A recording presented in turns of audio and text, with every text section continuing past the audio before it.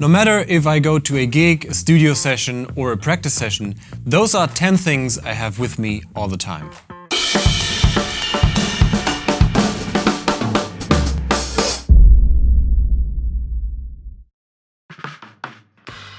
Art of Drumming is not just a YouTube channel, but also a free platform where you can find numerous drum-related courses filmed by major international artists. Head on over and join our growing community. Hey Art of Drumming community, it's Andy here. And today I want to talk about one of the most important topics when you want to be a professional musician or a professional drummer, and that is being prepared. I got an empty stick bag here, and I want you to guide me along as I fill it up with the 10 things I have with me all the time, so that no matter if I'm in the studio or live, I'm always prepared for all the challenges that might come up.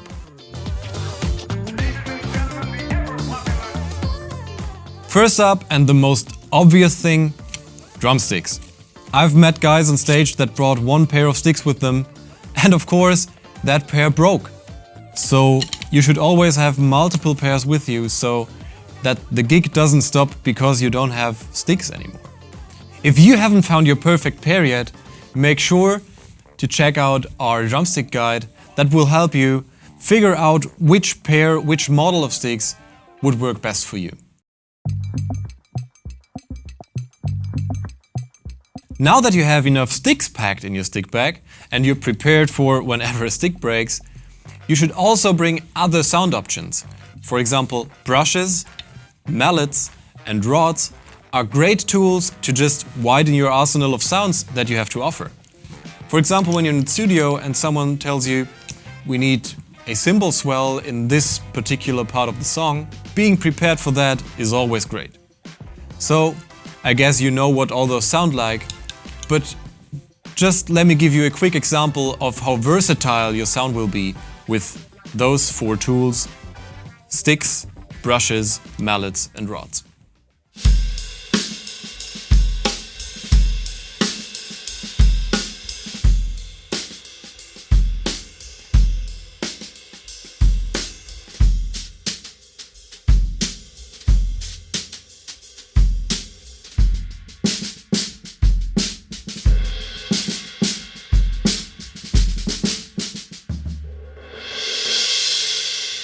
The differences in sound are obvious, and what most drummers forget is that you can do the same for the bass drum as well.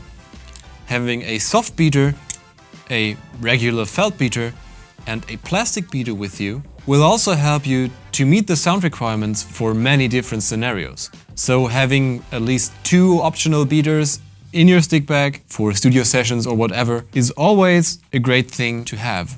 Now, those are a little bigger, so depending on the size of your stick bag, this will fit in or not. But with mine, that's no problem.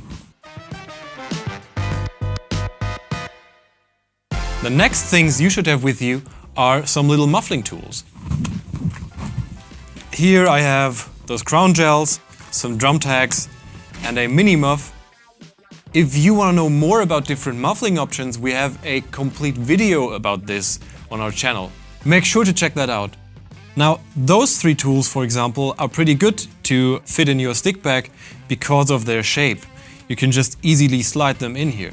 With others that are thicker or larger, or for example, things like a big fat snare drum, they just won't fit in your stick bag. So for me, crown gels work great, and I just love the mini muff, so I will just clip it in here and I can get it out whenever I want it.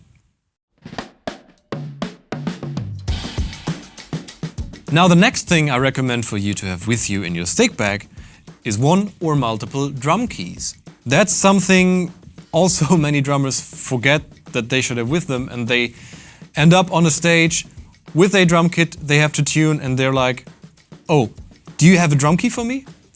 So being prepared also means to have a drum key with you. Now here I got 8 different drum keys, and there's just a few major differences that I want to take you through. Most of them, like these 2, are just regular drum keys, and in the end there's not that much of a difference but the shape. So you'll find out which ones you like, which ones feel comfortable for tuning, and that's basically the only difference. Then there's those drum keys, this Sono drum key, or also this Remo drum key has the same knob on top here. This one helps you if you want to get your drum finger tied. You don't have to do it with your fingers on the screw. You can do it up here and you get the drum head to an even tension before you start actually tuning the drum. Same works with this one. As you can see, this one's a little bigger than this one, so it's a little easier to apply pressure with the bigger one.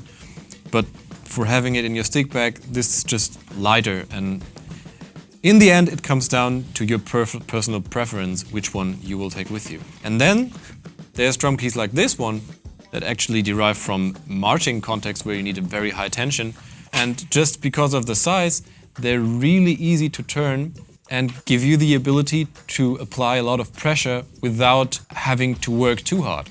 If you like drum keys like this one, that's fine. I don't. I'd rather go for this one or maybe just a regular drum key like this one. Now the last one here is actually a drill bit, so that when you're changing drum heads you don't have to do it by hand.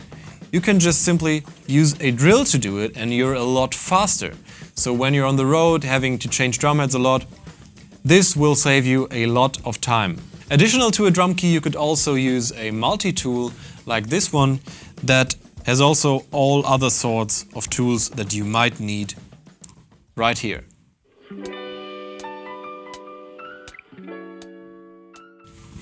Next up is something very important, and that is hearing protection. Now, when you're on the road or when you're simply in your rehearsal room, your ears have to deal with a lot of noise. And if you do that for years, your hearing will suffer from that. So I got my customized earplugs with me all the time. I just use a small box from some drum muffling tools. And I highly recommend you to have some sort of hearing protection with you all the time and always available. Of course, here I have my in-ears and they work as well, but having something with you all the time is always a good idea. Now, since you are prepared for a lot of situations already, I'd also recommend to have something with you for warming up in front of a show, a studio session or whatever. And here are 3 very simple options for that. First up, kind of obvious, having a small practice pad with you. Now, those small ones, they fit inside some stick bags, but it depends on your stick bag. If you have a large one, great. If not, maybe some other tool is good for you. Now, the second one is just bringing a towel. If you just take the towel, place it on top of a wooden surface, for example,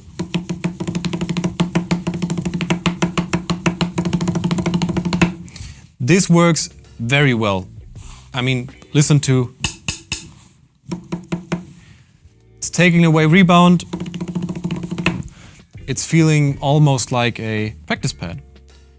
Now, this towel might be a little too large for my stick bag, so that's also not my option, but you could find a smaller one, just take it with you.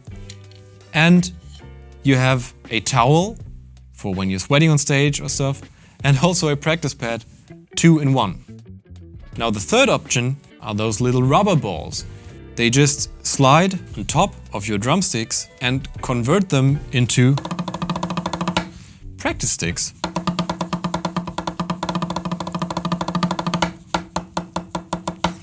Now once, with, without. It's a lot more quiet and less annoying.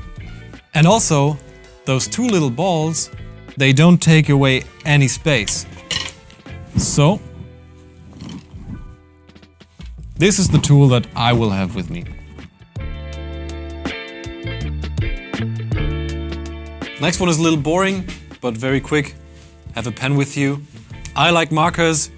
You can use whatever you want, but it's very good for writing a set list. Just whenever you need to write something down, have one at hand. Now the stick bag is already pretty packed, but there's still some space left for a few more things. And the first one is bring something to protect your cymbals. Like for example, if you get to a venue and they have a house kit for you that you play, the cymbal stands might not have functioning cymbal sleeves, or there are not enough cymbal felts. Having those with you will definitely help you out. And another thing would be that I like to bring an extra clutch, because like if the screw breaks or just anything doesn't work with the clutch, this is really annoying. And having one with you just as a spare part can come in very handy. So now let's go on to the two last groups of items I think you should have with you. So the next items I want to show you are some small little helpers when it comes to creating different sounds. For example, this bathtub chain is just very nice add-on to get a sizzling ride sound, for example. One of those little ching rings is pretty good to place it, for example, on the hi-hat to add a little texture, or to place it on the snare for a different sound. Another tool is maybe one of those drum Gs. You can just use this one, place it on the snare like this, and you have the chance to place some things underneath here, for example a splash cymbal, or let me just grab this nut shaker. Helps you to keep it in place and just add some nice nuances to your sound. Other tools would be you could have a shaker with you, or whatever you think you need to get the sounds that you want. Now let me quickly show you the same kit, once without those tools and then with these three little tools installed.